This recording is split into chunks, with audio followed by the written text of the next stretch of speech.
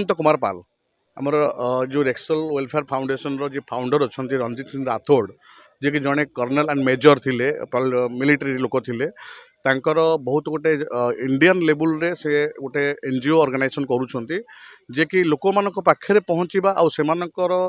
विभिन्न प्रकार असुविधा सुविधा को पूरा करिवार गोटे अनोखा प्रयास से जारी रखिछंती आउ सेथिपई कि ए प्रकार कार्यक्रम रे आमे शामिल हेचु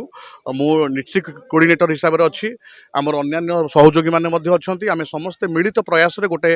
प्रतियोगिता करिथिलु स्पोर्ट्स विभाग आमे स्पोर्ट्स करिथिलु आ कुनी कुनी पिला को आमे दौड़िबा पई कि प्रोत्साहित करिथिलु आ आम एमडी कर बा आमर जे फाउंडर कर मेसेज थिला जे दौड़िबा पई कि अर्थर आवश्यकता नाही